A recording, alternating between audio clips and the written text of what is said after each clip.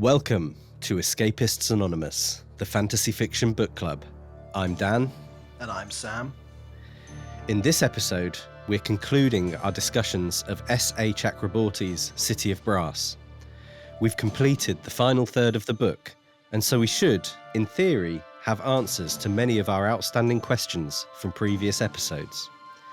So join us to find out if Nahri unlocks her potential, if Ali can flex his religious views around the politics of Daevabad, if Dara can let go of his 14th century grudge, and if Sam will be in any way satisfied with how this book leaves us heading into the sequel.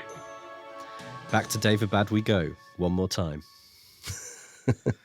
No, I'm not going to be satisfied.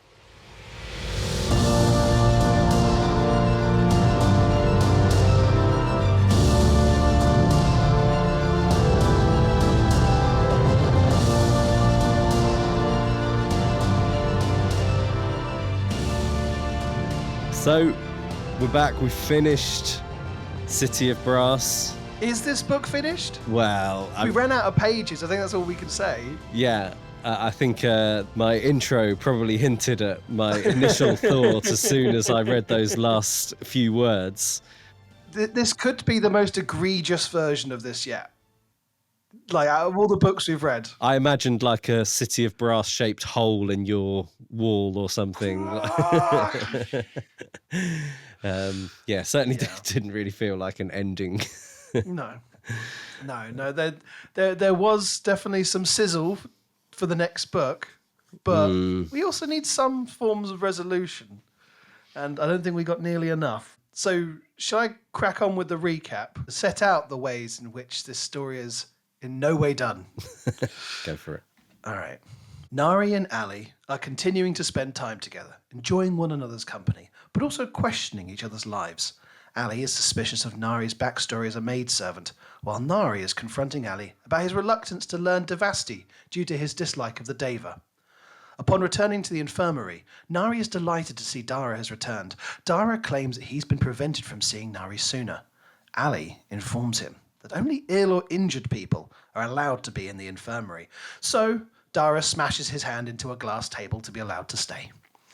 Once Ali has left for evening prayer, Dara reveals that Ghassan intends to marry Nahri to Muntadir, that he failed to find the Ifrit, and since his return, he has been staying with Kaveh, who is an old friend of Nahri's mother. Nahri tries to ask Dara about the things she's been hearing about, these war crimes he potentially committed all those centuries ago, but he deflects. Dara is about to ask Nahri something when he detects Ali spying outside the door. Dara storms off, and Ali warns Nahri once more to be careful around Dara. A short time later, Ali and Nahri are deep in the library, finding an ancient dusty scroll on Marids meeting humans. They are attacked by a magical snake, but it all turns out fine. Ali teaches Nahri to finally be able to summon fire, but she uses human Arabic rather than any Jinn language, because it's the language that has meaning to her. The scroll they found is unintelligible, but Ali says he will get an Ayanle scholar to translate it, and this is not returned to at any other point in the book. Ali then reveals that the many lines of Dara's slave tattoo represent the hundreds of masters he killed while a genie. They also discuss that only the Nahids could free a genie and return to their corporeal body, but the skill has been lost. Ali spots Rashid and parts ways with Nahri so he can talk to Rashid in private. Rashid demands to know why Ali has abandoned the Tanzim. Ali says he'd been rumbled, and there was no way he could continue to associate with them without Shafit in the city suffering. Rashid says the Tanzim are going nowhere, and they will continue without him. We jump forward in time to Nahri visiting the Grand Temple, the centre of the Deva religion, for the first time. Dara is already there, surrounded by an adoring crowd. Dara asks Jamshid to escort her inside while he talks to Kaveh and Nisreen. They head inside, and Jamshid tells her about the history of the place and shows her the statues of the great Deva who died for their people, including one of Dara. She meets the high priest Kartir, who takes her to a secluded chamber filled with slave vessels that haven't yet been freed. He hopes that one day she might help these souls. Nahri feels a bit overwhelmed and goes to sit down outside. She is joined by Dara, but they get into an argument because Dara wants her to marry Jamshid to create pure-blood Deva children. Nahri wants to marry Dara, but he says he isn't really alive or something, and that maybe he hasn't really been returned to his body. Nahri storms off, and Dara doesn't follow her. Ali, Nahri, Muntadir, and Zainab are all high on the palace walls using a human telescope. Nahri gets called away for an emergency, leaving the siblings alone. Zainab quickly leaves, but Muntadir stays to talk to Ali. He knows all about Ali's conversation with their father about the Tanzim, and Muntadir reveals that he believes Ali to be their father's favourite because he embodies the virtue of the Gaziri. Muntadir also says he has no intention of marrying Nahri and will deal with their father. He leaves Ali alone on the walls. A servant arrives, who then stabs Ali, revealing himself to be Hanu, the shape-shifting member of the Tanzim. They fight, and Ali kills him but is gravely wounded himself. Jamshid arrives looking for Muntadir. Ali begs him to dump Hanu's body into the lake over the edge of the walls and then help get him to Nahri. Meanwhile, Nahri has been summoned to help ease the suffering of a dying jinn, a close associate of the king. She completely flubs the procedure, and the man dies in absolute agony. Nizreen and Nahri argue about the expectations being placed on Nahri. Nahri rejects it all and throws out some spicy racist language about the Deva. Nizreen is shocked and says how precarious the position is of the Deva in this city. Nahri does not care and storms off to her chambers. She wants to be left alone, but is interrupted as Jamshid arrives with a wounded Ali. She heals him and stitches the wound while Jamshid goes to fetch Muntadir. Ali starts downing jugs of water like there's no tomorrow. The water starts flowing out of his wounds, healing him. Muntadir arrives and takes Ali away. Nahri, seeing the power she could have if she was better at healing people, finally begins to practice her medical skills in earnest. A short while later, Ali is out swimming, his wounds seemingly getting even better from being in the water. Zainab joins him by the side of the canal and mentions that Nahri has begun intense marriage negotiations with her father. She intends to get a great deal for having to marry Muntadir. Ali goes to find Muntadir at Kanzada's tavern. He is drinking with Dara and Jamshid. Ali tries to apologise, but Muntadir is still livid. He even suggests he now knows why it is dangerous for a king to have two heirs, seeing as Ali was paying a group who was amassing weapons.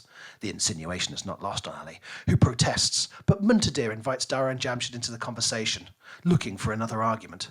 They begin talking about the impending royal wedding, and Dara and Muntadir begin insulting each other. Things take a strange turn when Dara begins reading their minds and revealing their inner thoughts. He is about to openly discuss the romantic relationship between Muntadir and Jamshid, and Muntadir throws a punch. Ali dives in the way and takes the hit to prevent an all-out fight ensuing. Dara leaves. Ali's wound is reopened, and he needs help getting back to Nahri. Nahri is awoken by Dara, who wants to help her escape the palace. She refuses. Then Ali arrives for medical treatment, and it all kicks off. He and Dara begin fighting, and Dara is using all sorts of crazy magic. Nahri stops him from killing Ali, and Dara takes him prisoner. They escape through a secret tunnel to a boat. On the walk there, Ali reveals all his secrets to Nahri so he can show he is truly, finally, being honest with her. They set out in a boat, but their escape is scuppered when they are blocked by a huge warship on the lake. It was a trap. Muntadir and Jamshid are on board, tell Dara to stand down. Dara does even more crazy magic and begins absolutely obliterating everyone on the ship. Ali gets free and goes to save his brother, but Dara shoots him in the throat and the chest, and Ali falls into the skin-shredding waters of the lake. It looks like Dara has the upper hand until Ali re-emerges as some sort of Lovecraftian wet dream covered in tentacles and crocodile jawbones. A Marid has invaded Ali's mind after torturing him until he gave over his name. The Marid is using him to strike down Dara. Ali easily defeats Dara and chops off his head, turning him to a pile of ash. We see a small flashback of when Ali and Zainab were children. Zainab is controlling water with magic. Apparently, Ali can't do it because he's a boy. After Zainab is taken away by their mother, we see Ali using the same magic as Zainab to make the water dance. Ali awakes in the infirmary. His body has been mutilated by all the stuff that transformed him, and he's sweating water. His father and brother tell him about how the Ayanle made an alliance with the Marid to win the war for the Khatanis when they deposed the Nahid. The Ayanle apparently paid a terrible price. Ali's situation might be linked. They argue over Nahri's fate and what to do with Ali. In his anger, Ali unconsciously commands the water raining down outside to smash through the roof. The water soothes his wound, but terrifies his brother and father. A short while later, Ali is praying. His wounds are healing quickly. His father joins him. He expressed his love for Ali, but also his regret at not killing him, as people said he should have when Ali was born. Ghassan reveals he is killing everyone involved in the Tanzim. He cannot risk them deposing Muntadir and putting Ali on the throne. Ghassan is exiling Ali to Amgazira. Ali knows this is effectively a death sentence. Nahri is imprisoned in her room. She's gone a bit mad, constantly cutting herself in an attempt to resurrect Dara. Nizreen comes in and tidies her off because Ghassan wishes to speak to her. The king tells Nahri the story that the people will hear. It will disgrace Dara and avoid mentioning Ali becoming a fish horror zombie.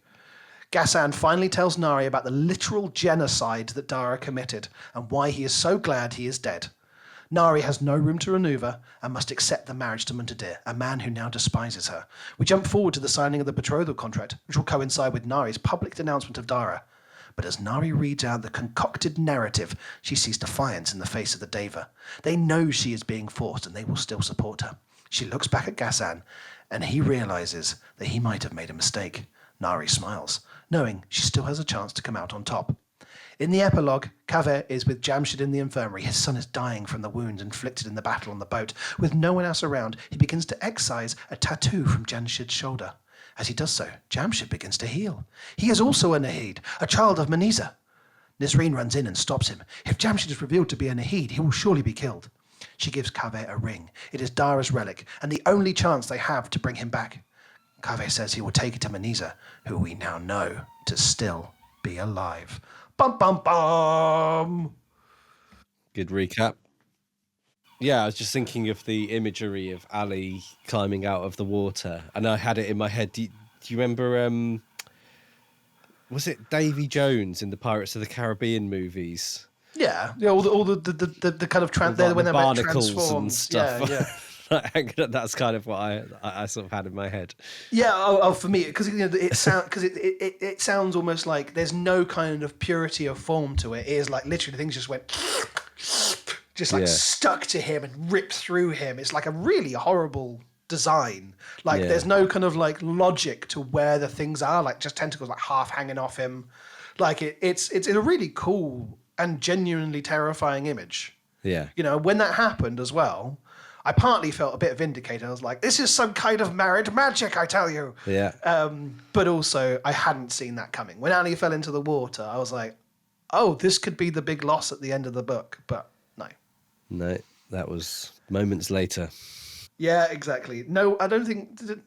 I mean, like, we now know that Dara's probably not dead. So there's none of the main characters have died. No. No, we're still up... I mean... There's no way that Dara's not coming back, is there, in a sequel? So, yeah, I mean, lots of frustration, I have to say, is my headline takeaway from this. Yeah, just a smidge. But headline thing is, I still loved reading it. It's such a good world. It's really cool. But if you're telling a story, put an ending in. Yeah, it's again a really weird one where it wasn't in any way a struggle to pick up and read. No, but breeze through it. As I went on, I struggled to care about the outcome. Like I just didn't care what happened in the end. I was like, are we supposed to like Dara?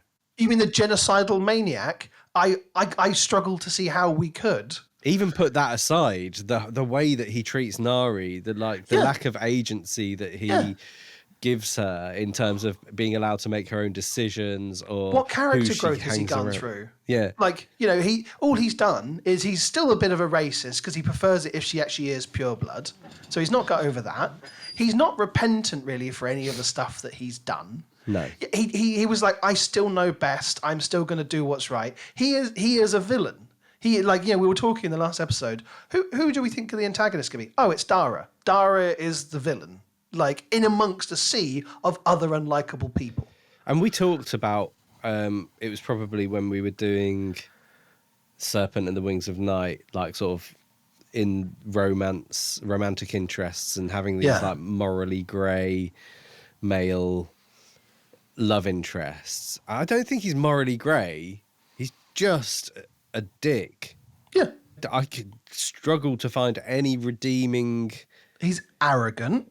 He knows he has this power and he's using it. Like, the one thing you could say is like, maybe he's doing it because he's like, all I care about is the Deva people and having them, return to their rightful place. But that's not even like a decent motivation because it's entirely compromised because of all the stuff that the Deva have done in the past. And the way that fight kicks off in the infirmary towards the end, it's so disrespectful to Nahri. Yeah. She's there like... literally saying like don't do this, and he's like, I don't care what you think. Yeah, and she's worked hard with the marriage alliance and all this kind of stuff. She's like, I'm going to find my own place. I'm going to gain my own power. I'm going to become a really good healer, and I'm going to work at that. And I've used my powers of persuasion to work out a really solid marriage contract. And then he's just like, yeah, burn it all to the ground. I don't care. How is that a positive presence in her life? Yeah. Like, and the fact afterwards, she's still like, I need to bring him back. It's like, at what point did he earn or deserve any of this love? Yeah. You know, like, what point in the story am I reading other than the smooch in the cave? And that ultimately made me not really care about what her outcome was, because I was like, you're just making crap decisions. Yeah. Like, I don't agree with them. And also a complete failure to communicate clearly. Like when Ali comes in, he's like, are you about to leave with him? She doesn't just go, no, he's taking me against my will. Like, and if she's not saying that because she does kind of want to go with him, then she's screwed herself over. Yeah. All of her work is undermined because she's falling into the traps that Dara is setting. Yeah. Like, she deserved that. But I'd like to think that she was just failing to communicate. I'd like to think she's just like, oh, but how do I say this complex situation? But it's not entirely clear that that's what she was failing to do. Yeah. I thought Ali became more likable. Definitely. As it went on, I thought he grew on me significantly. And because he had character growth. yeah, he had character growth. He understood where his kind of religious zealotry was perhaps problematic, and started to analyze how he might do things differently. He allowed himself to spend time with Nahri, who previously he would have, looked down his nose at and despised, and saw the actual personal character within her who he genuinely liked. And when Rashida's like, why are you spending time with this? Like, actually, she's really nice. And when Muntadir's like, oh, you're spending a lot of time, it's like, yeah, because she's really cool. Yeah. Like, he's taken on new information. He's pushing back. And like I predicted, like, his original sin of going with the Tanzim and being involved in all that is, like, with the Hanno attack. Like, that led to a lot of this, really, because Muntadir wouldn't have been so against him if he hadn't have found out about it, and therefore wouldn't have had the fight with Dara, instigating him to go and try and steal Nahri. If he hadn't have been stabbed by Hannah, he wouldn't have been there, and it led to the fight. Also, quick thing, how did they know that Dara and Nahri were escaping? Oh, I'm so glad you asked that. I was like, what? How do they know? How is it a trap? Yeah. Like, there's no conversation that we are privy to from any other scene where they're like, word is we're discovering the Deva are trying to get them out of the city or something like that. There's no implication towards Kaveh, or anything involved. Like, so who's the rat? Who let them know? And if we are going to find out that someone within the ranks of the Deva rebellion let them know, put it in this book. Don't put it in the next book. It needs to be in this one. Could it have been Jamshid? No, because Jamshid's... I mean, maybe, but there's also no implication of that. And also, we kind of get the sense that Jamshid's kept out of all these conversations, because when they're at the Grand Temple and Dara's like, go along, you two, and go and have a little hangout in the Grand Temple, and I talk to Kaveh and Nizreen. Like, he's not part of that internal thing. And again, we're given no insight into whether he knows what his father's up to. He seems quite oblivious to all of it. Yeah. Yeah, I mean, he's the only person that it feels like it could be that link between what the Deva are doing and Ghassan finding out. And but again, that feels pretty unexplained. I like the fact that you mentioned the scroll thing in the library. I thought there was a lot of stuff, even that Nahri, committing herself to getting good at medicine, and we almost get this like Rocky style montage of her like doing medicine training on bladders. Yeah. So we don't follow up on any of that stuff. No, I mean, I can only assume that that's going to get continued in the next book. She will be like becoming the master of her craft. But it's one scene. Like, have that be a realization that happens after the stuff with Dara, which is like, at this point she knew that her powers lie here. Like, she reflected back on healing Ali and moved the scene where she's doing the bladders to the next book. That would have worked better, because that's the point, that's the turning point for her. Because all you've got is, I'm going to do good at medicine. The whole Dara thing interrupts that. And then we've got the tick back up at the end. Like it didn't serve any purpose. So that scroll, move it to the next book, because it's unfulfilling here. Yeah. we're just going like, oh, hey, we're going to find a bit more out about marriage and the interactions with humans. And it's probably going to say something along the lines of, yeah, so like marriage can have sex with, not with humans, but, but marriage can have sex with like whatever and create things similar to Shafit. That's what it's going to say, I reckon. Yeah. Some things I get really frustrated with in books are like off-screen things that kind of become convenient to the conversation, where I think with Rashid coming back and being like, but I gave you a pension and sent you to so-and-so, because we'd had this conversation in the last episode about like, what happens to Rashid after he sort of, fires his shot super early and then disappears. And then he's turning up back again. It's like, okay, so we've now found out what happened to him. There was no follow-up on that, but all of a sudden you have to write him back in, and then you have to be like, oh, but we actually haven't seen him for a little while, so now we have to explain where he went. Yeah. And so Ali's kind of done all this administration to send him off so again, with else. that follow-on conversation with Rashid, if we think about it, it's there so that Ali can have the reaffirmation that he's done with the Tanzim. But we already knew that. So why have that scene? Because if at the end Ghassan's like, oh, and your friend Rashid, who you hope to get retired off to that place, well, he's dead too. That would have been fine. Put the bit where he's like, I'm going to give you a pension and send you off and you're done here, at the end of the scene where Rashid takes him to the orphanage, and then have that bit at the end. You're like, Ghassan's tying up all those loose ends. That's good. That scene, again, with Rashid didn't need to really happen. I already believed Ali was done with the Tanzim. Do you think it was to lay the groundwork for Hanno attacking him? We already had that from the scene at the orphanage. Hanno was like, we're not done.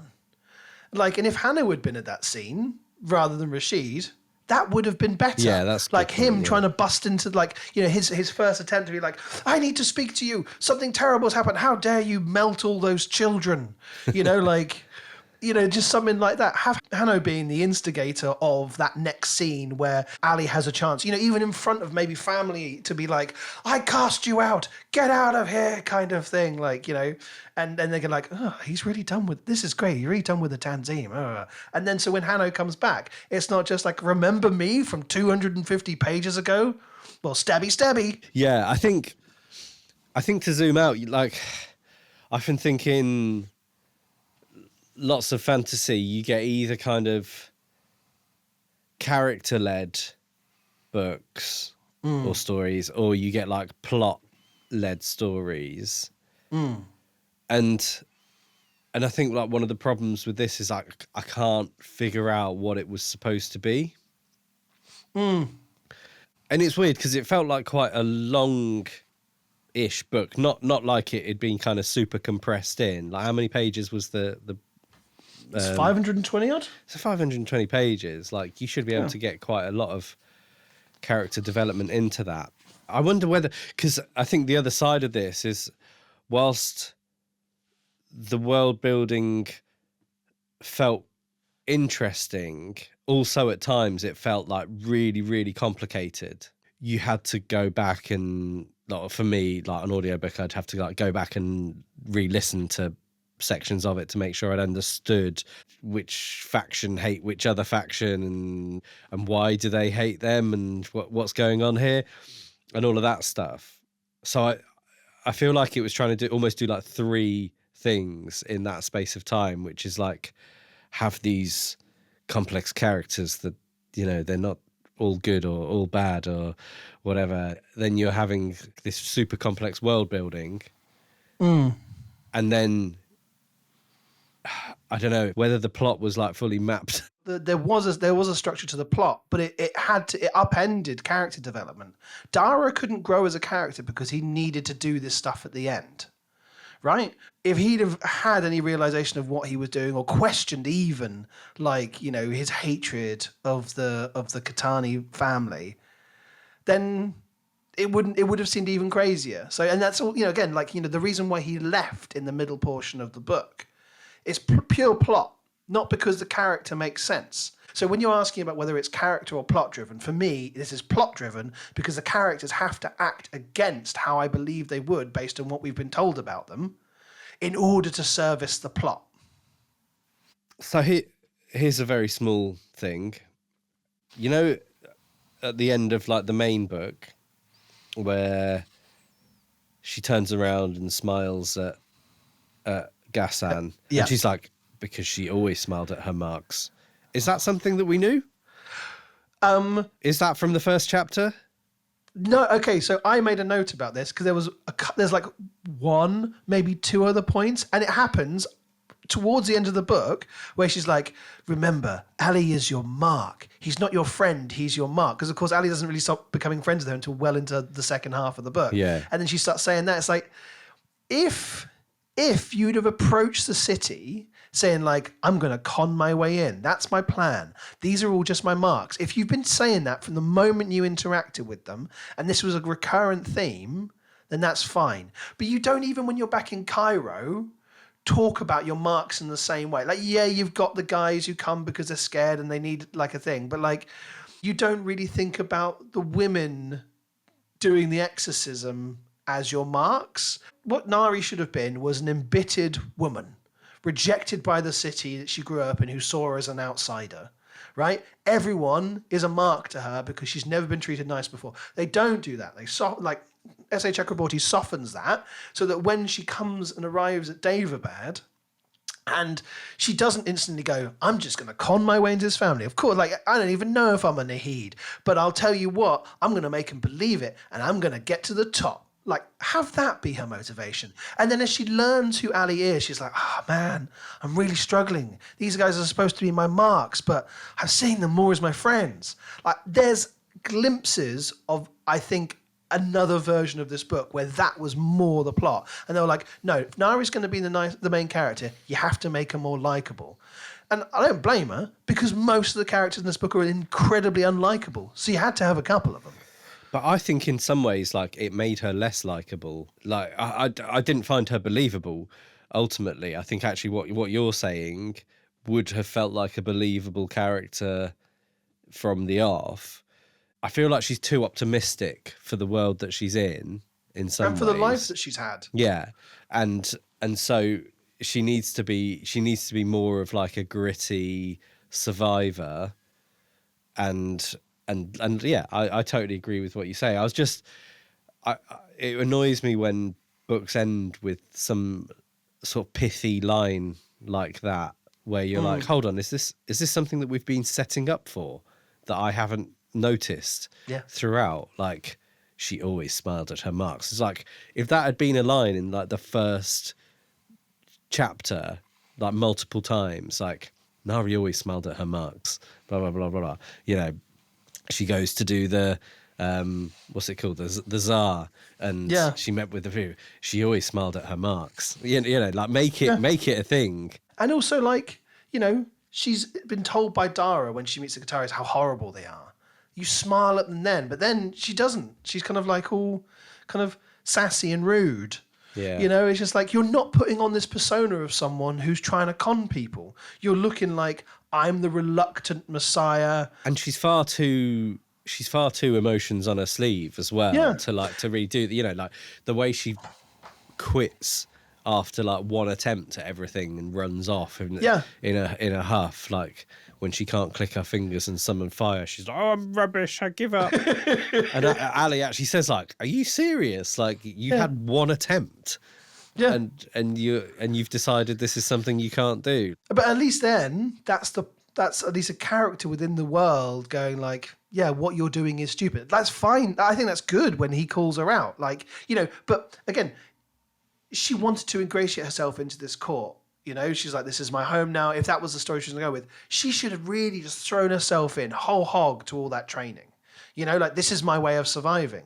But instead, we have this halfway house of like, yeah, I guess I'm doing this and I'm enjoying the good things, but I don't really know what I want. And maybe I do want to leave, but I also accept that I'm trapped here. But I'm not going to do anything to better my position. It takes so long into the book for her to do that, you know?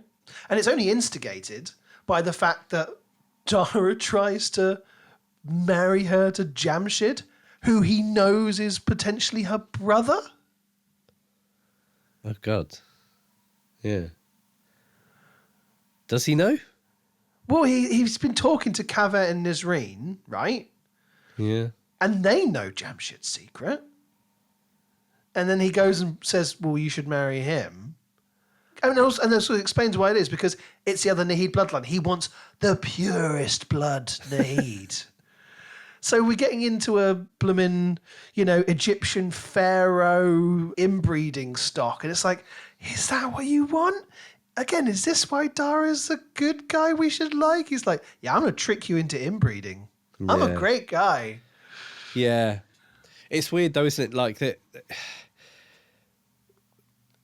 side character stuff, so like Jamshid, Kaveh, and especially the fact that our epilogue ends with this conversation with Kaveh and what's her name? Nizreen.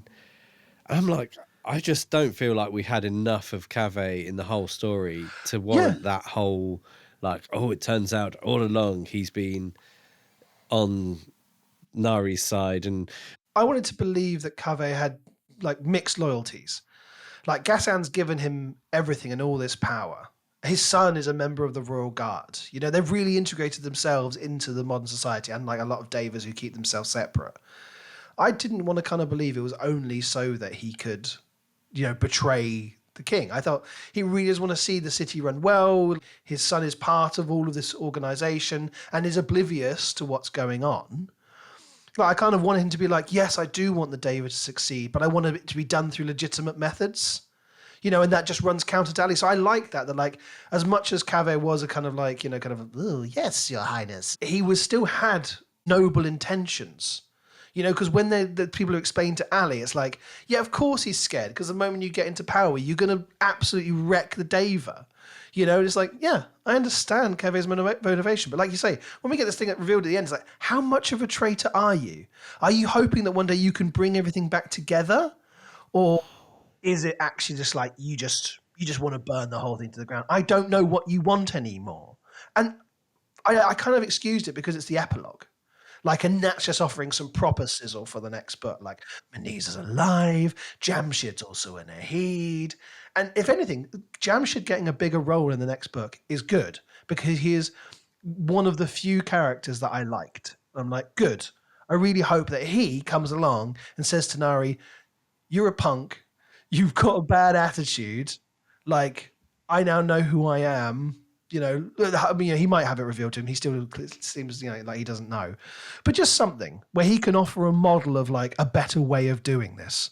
The stuff with the marrieds was like, when he rose out of the thing, I was just like, cool, more married stuff. Ali's got a whole new depth to his character. He's now what? Under the control of the marrieds? Or he's awakened some married heritage? Because we already saw we saw the threads of this. At least this one had multiple things that we could pick up on. Throughout the book. When he sweated beforehand, we knew it was there. When she's healing him, and the water is the thing's healing him, so we know there's something intrinsically in him before he falls into the lake. But why then? Why, if this is something that's part of him, is it just coincidentally when this is happening? Is it to do with Dara? Is it like... It's to do with Nari. Like... you're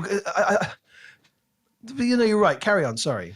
It wasn't clear to me whether he'd been possessed by a Marid in the way that Basima had been possessed by an Ifrit, or whether he had this like Marid descendancy, which enabled him to work in collaboration with the Marid and save him, and then when he wakes up, he's kind of him again, but all this watery stuff's happening. Yeah. But because there's the implication that's happened before, there's a sense that there's something in him. And then we get it reaffirmed because we have the flashback with him and Zainab just put in there being like, oh, he does water magic. That's interesting. Boys shouldn't be able to do that. So like we got that.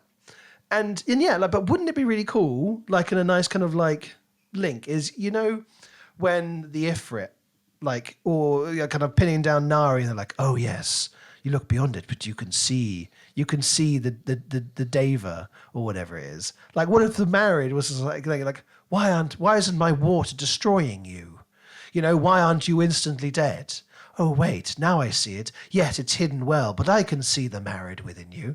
Or something like that. Yeah. Something just to let us as the reader know. Because at the moment, like you're right, we have this everything. We can see the stuff that was happening beforehand with Ali.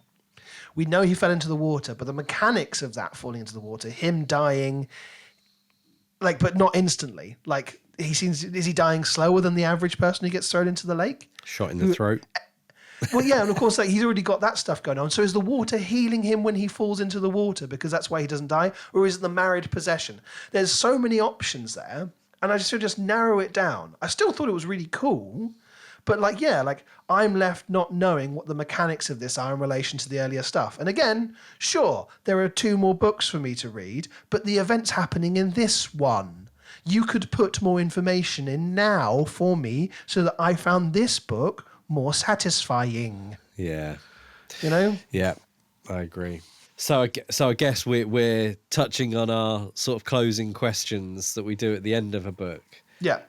Which let's do the first one first, which is living in this world. No, bunch of racists. They're horrible. It's really Everyone's horrible.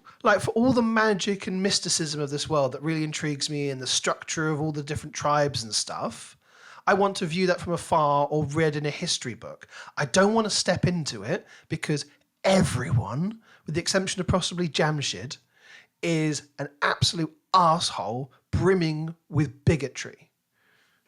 Yeah, I'm with you. The idea of the city sounds absolutely stunning.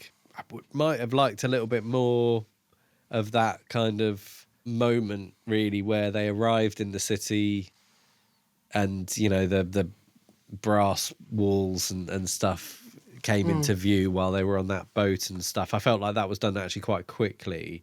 But so no, I don't want to live in this world either. Horrible people, horrible political settlements for pretty much everybody. Yeah, let's compare it to Godkiller Sunbringer, where that world seems really interesting and lovely, but the events currently going on are preventing me from wanting to truly go oh, I'd love to live there because there's a war going on. But if it wasn't happening, that'd be fine. Even if there was no war going on, everyone would still be racist. Yeah. So next question. Would you recommend? No. No. And I can say that quite confidently because it's so unsatisfying.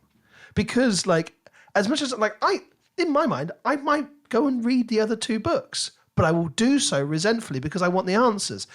Do I want to put someone else through that where they have to commit to reading all 3 in order to get any satisfaction out of the story? No, because I want someone to be able to read a single book and then go, great, oh, I'm so glad there's more. I'm not going to do that. S.A. Chakraborty, naughty.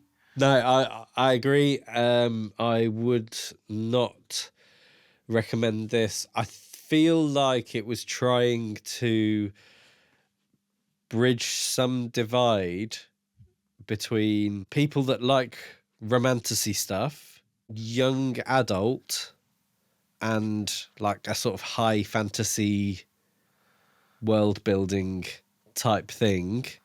Yeah. And I don't think it really nailed. No. Certainly didn't nail either the romance side or the high fantasy. Maybe it did a bit more in the young adult thing. Yeah. So to me, the romance element was an absolute side thing because it was about, it provided a structure by which Nahri had a reason to want to go with Dara, and it didn't seem to do anything else. I didn't see this as a romantasy at all. Romance is happening in a fantasy book. Yeah. I do think that the romance was more important though, perhaps than what you're potentially assigning it credit for. Yeah. Because I feel like it drove so many of Nahri's decisions in the plot that it caused this huge problem around whether I gave any of a shit about what happened. So I feel like it was touching on some of those things about having these problematic, dark, morally questionable, genocidal love Am interest. I on the side of a genocidal maniac? Oh God, it's so morally grey. Oh, but he's so handsome. Yeah. And he smells of burning cedar. Maybe I can fix him. It just didn't like do anything for me particularly. I don't think I'll be reading books 2 and 3 to find out what happens. And I feel like it's a real shame because the promise of this book was so good, but it literally comes down to what she did with the story and where it went. And I'm not saying there weren't different options. I'm not saying like, oh, the way it didn't turn out how I wanted. I was open to it going any which way. But your main characters are war criminals and idiots, and they didn't end up doing anything of note because the story's not finished. Yeah. So, and it's a real shame because I know, and I worry about how people will respond to us because, like you say, a lot of people love this book. And that's why I think I asked the question at the end of the last episode, do they love the book or do they love the series? And I think that's more pertinent than ever because I don't see how anyone could love this book. I could see how potentially some people could love the series depending on how it ends. But categorically, as a standalone book, no. If you follow up and read books 2 and 3, you can let me know. I think I will, and I think I'll probably report back to the podcast in the future once I've read them. I don't know when I'm going to do it. I'll take my time, thank you very much. Yeah. Chakraborty, I don't want to feel like you've tricked me into having to read on. I'll do it at some point. And I'll probably, hopefully, to think optimistically, enjoy it more because more of the answers will come along. So yeah. But if you have your own views that you want to share with us on City of Brass, and I know lots of people do have strong views on this book, do share them with us. You can leave a comment if you're watching on YouTube down below. Like and subscribe as well if you're with us on YouTube. On social media, Instagram, Facebook, TikTok, at Escapists Anonymous Pod.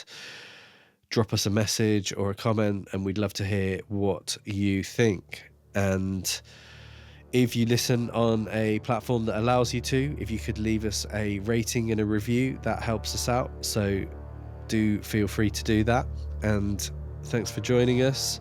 And we'll see you in the next episode. All that's left to say is goodbye from me. And goodbye from me.